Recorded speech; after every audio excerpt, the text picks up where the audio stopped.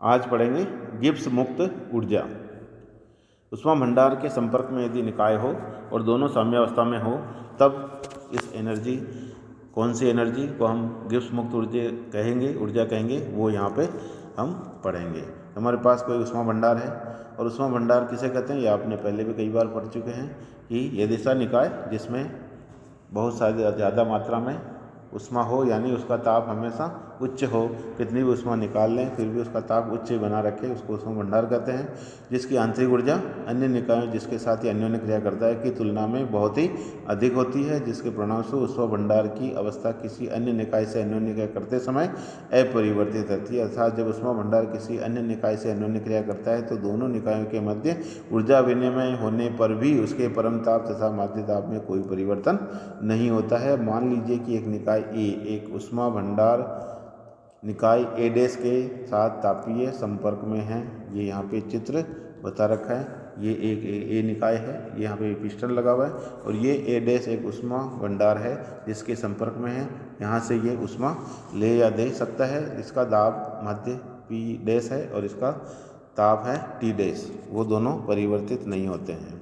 ठीक है, और ये दोनों निकाय संयुक्त अवस्था में विलगित निकाय बनाते हैं। ए और ए डैश से मिलकर ये जो पूरा निकाय बन रहा है जिसको हम ए स्टार कहते हैं वो विलगित निकाय है, यानी इधर इससे बाहर ऊर्जा न तो बाहर जाती है न अंदर आ सकती है।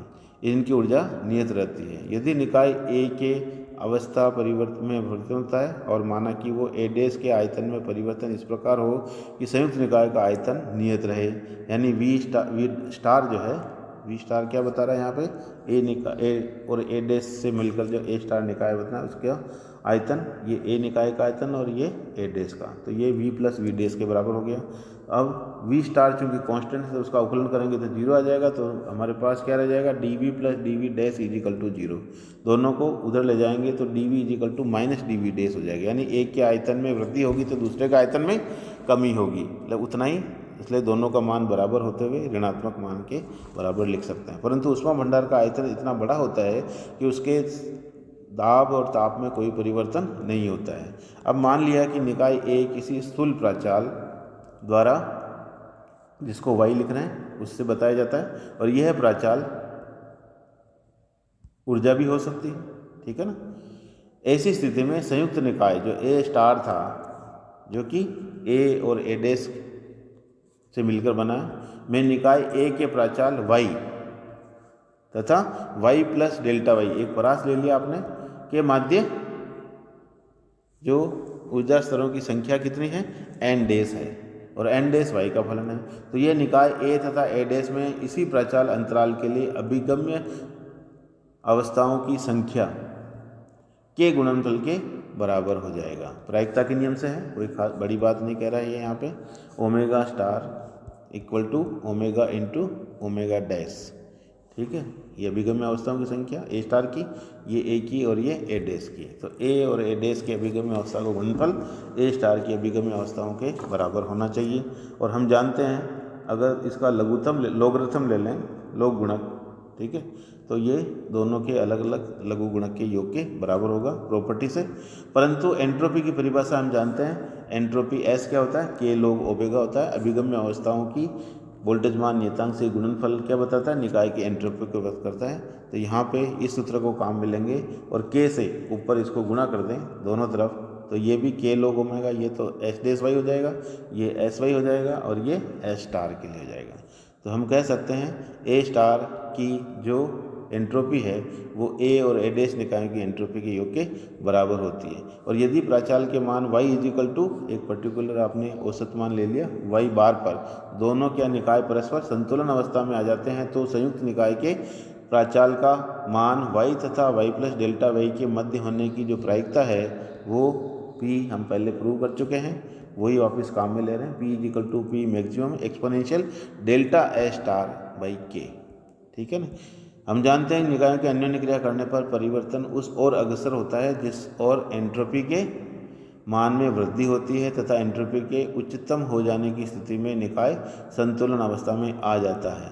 अतः सतह प्रक्रम स्पॉन्टेनियस प्रोसेस के लिए समीकरण 3 से हम लिख सकते हैं, ये जो समीकरण 3 ऊपर थी आपको बता दूं मैं, A star is equal to S plus H dash, उससे हम दोनों का डेल करेंगे तो ये हमेशा क्या होगा, नेगेटिव नहीं हो सकता। कुल मिला के ये बता रहा है ना। अव्यवस्था में परिवर्तन, एंट्रोपी में परिवर्तन अव्यवस्था को बताता है, और अव्यवस्था हमेशा धनात्मक मान होता है, इसलिए न्यूनतम मान इसका 0 हो सकता है लेकिन नेगेटिव नहीं होगा, इसलिए इसको ग्रेटर देन इक्वल टू 0 लिखेंगे। यहाँ संयुक्त निकाय में जब प्राचाल y से y बार तक परिवर्तित होता है तो निकायों a व a डैश की एंट्रोपी में परिवर्तन क्रमशः डेल्टा S और डेल्टा S डैश होते हैं। अब मान लीजिए कि ऊष्मा भंडार a डैश तथा t डैश पर अल्प मात्रा में q डैश ऊष्मा अवशोषित करता है, तो प्रक्रम स्थैतिक कल्प प्रक्रम होने के कारण निकाय a डैश की एंट्रोपी में जो परिवर्तन है वो डेल्टा S डैश क्या हो जाएगा, ऊष्मा अपॉन ताप के बराबर हो जाएगी। लेकिन ऊष्मा गति का जो प्रथम नियम कहता है कि Q dash equal to delta E dash minus W dash द्वारा ये लिखा जाता है, निकाय को दी गई ऊष्मा उसकी आंतरिक ऊर्जा में परिवर्तन और किए गए कार्य के योग के बराबर होती है। जहाँ निकाय A डैश की आंतरिक ऊर्जा में वृद्धि है डेल्टा E बार डैश, तथा इस पर किया गया कार्य W डैश नेगेटिव आ रहा है, इसका मतलब उस पर कार्य हो रहा है। यदि ऊष्मा भंडार के माध्य दाब P डैश के विरुद्ध आयतन में परिवर्तन डेल्टा V डैश हो तो कार्य क्या होगा, दाब इंटू आयतन के बराबर, और delta V dash equal to minus delta V है तो यहाँ पे इसका मान हम रख देंगे, माइनस माइनस प्लस हो जाएगा और ये W dash equal to P delta V आ जाएगा।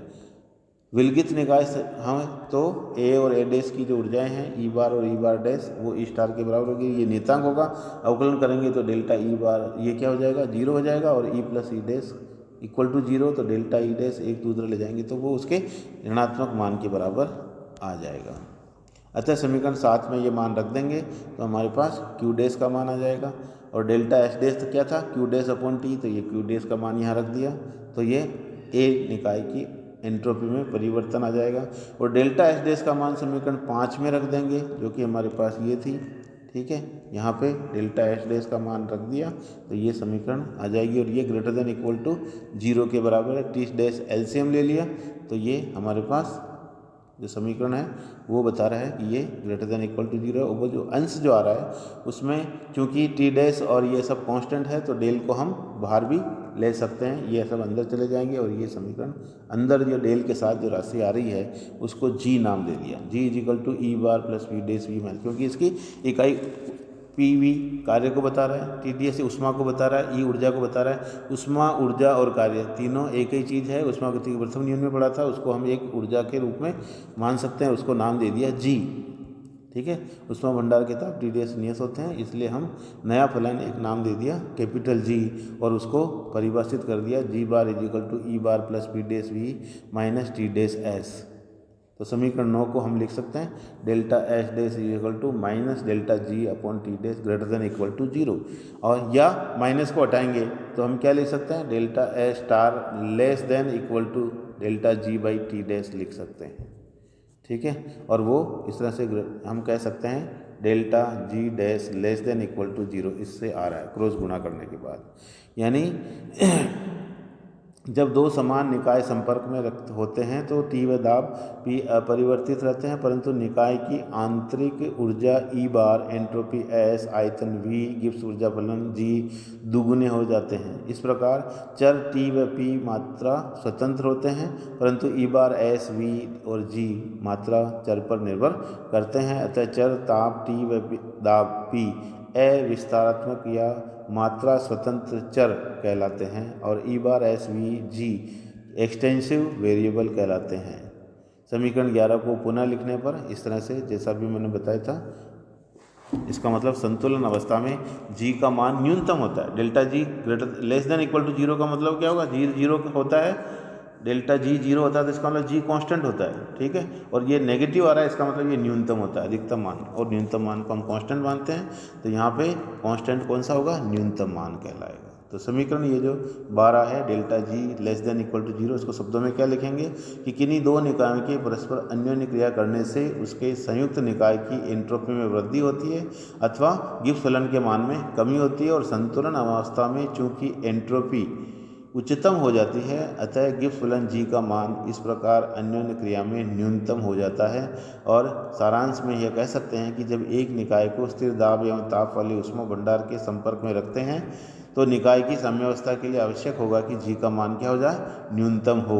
और समीकरण 11 को 4 में रखने पर P Y equal to P maximum Y E delta G K T dash के रूप में आप 13 के अनुसार लिख सकते हैं। अतः वाई के विभिन्न मानों के लिए प्रायिकता का अनुपात ज्ञात होने पर उस अवस्था में गिब्स फलनों अंतर का मान समीकरण 13 से ज्ञात किया जा सकता है। और समीकरण 13 से न केवल किसी प्राचाल यानी पैरामीटर वाई पर प्रायिकता का बोध होता है, बल्कि गिब्स फलन में अल्प परिवर्तन के कारण उनकी प्रायिकता में हुए परिवर्तन का भी बोध कराता है। क्योंकि अधिकांश निकायों में अवस्था परिवर्तन स्थिर दाब एवं ताप में होते हैं और इन परिवर्तनों के अध्ययन के लिए समीकरण 12 और 13 का उपयोग बहुत अधिक सुविधाजनक होता है। यानी ये जो समीकरण है वो हम काम में लेते हैं और delta G less than equal to 0 ये दोनों ही इसके समीकरण प्राप्त होंगे। उससे हम गिब्स मुक्त ऊर्जा को परिभाषित कर सकते हैं।